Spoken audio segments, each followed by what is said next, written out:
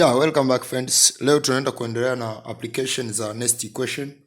Na leo ni application ya pili ya next equation ambayo ni determination of equilibrium constant of electrochemical cell reaction. A galvanic cell or voltaic cell generates electricity or electric current only when the cell potential is positive. Because when the cell potential is positive, that means the galvanic cell is feasible. So out of that means backward reaction will be favored and no electric potential itakuwa generated.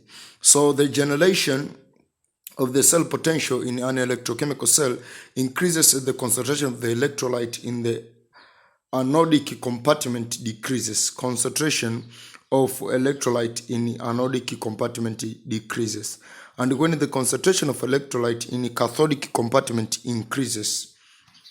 So consider the following reversible reaction, which we discussed it several times in previous sessions. These are reversible reactions, which is normally known as the cell reaction.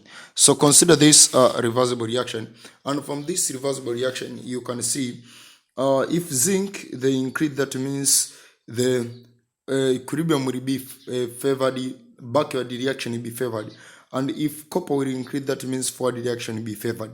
So zinc is the anolyte, that means it is the anodic compartment. If its concentration decrease, the currents, the EMF of the cell will be large because the equilibrium will shift to forward. And if the concentration of copper decreases, that means the equilibrium, the backward reaction will be favored. I mean, if concentration of copper increases, that means the forward reaction also will be favored.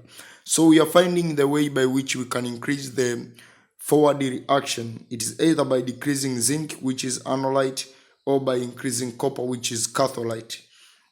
So from the above reversible reaction, at the start of the cell operation, the forward reaction is highly favored. At the start of the cell reaction, the forward reaction is highly favored. But what goes the reaction proceed, and thus making the cell potential to be at maximum.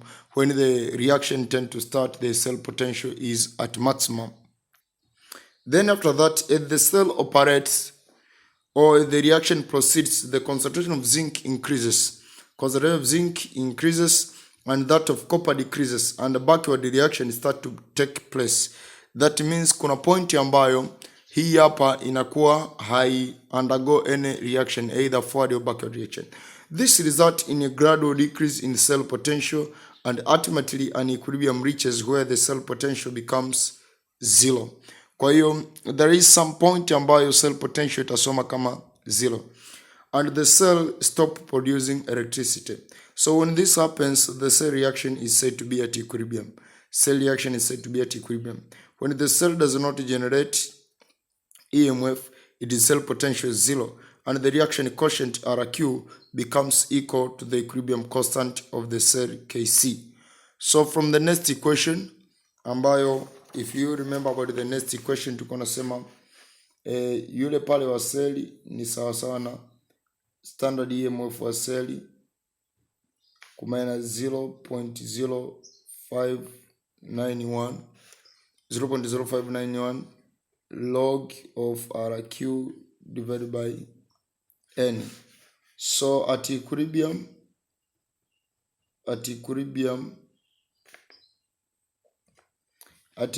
itakuwaje?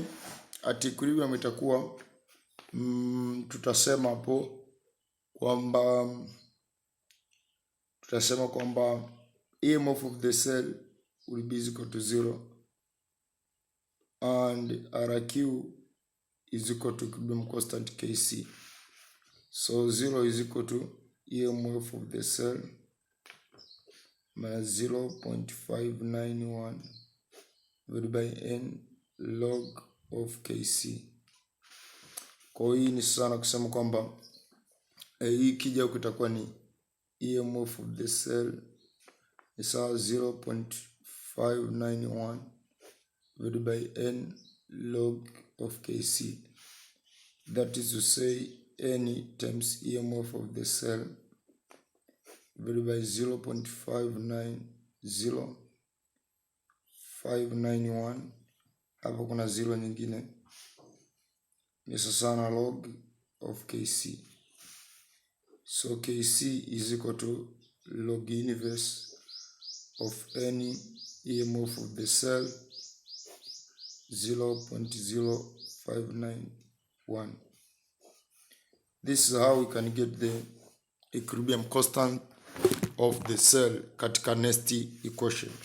So tukiwa tuna finally tukimake subject hiyo tunakuja kupata hapo. Hivyo ndivyo ambavyo tunaweza kupata equilibrium constant of the cell. Haya, for example, find the equilibrium constant of the reaction. Tumepewa zinc, copper, then zinc, copper pale. Maana hapa tunahitaji number of electrons transferred, tunafahamu wawili. EMF of the cell hapo tunamtafuta tukipewa standard electron potential. Ile pale number inajulikana. Haya, from there kwa mfano hapo zinc number of electrons transferred inajulikana. So zinc na yule pale tukitafuta EMF of the cell inakuwa ni 1.1, hiyo inajulikana. Hii ni Daniel cell ambayo tulisha discuss sana kule nyuma. So nikuja kuingizia tu 2 mara 1.1 kaenda kwenye hapo log inverse. Kwa shamba tajibu hapo. Kwa hilo swali alina hata challenge yote. 2 mara 1.1 kwenye hapo 0.0591. Log inverse your answer. Log inverse your answer. 1.679 times 10 power 37. Hiyo ni equilibrium constant.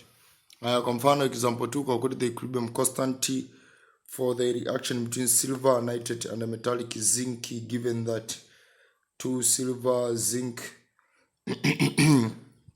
standard electrode potential ya huyu cell ni 1.56 na 1.56. Kishaona hivi number for electrons transferred ni wawili.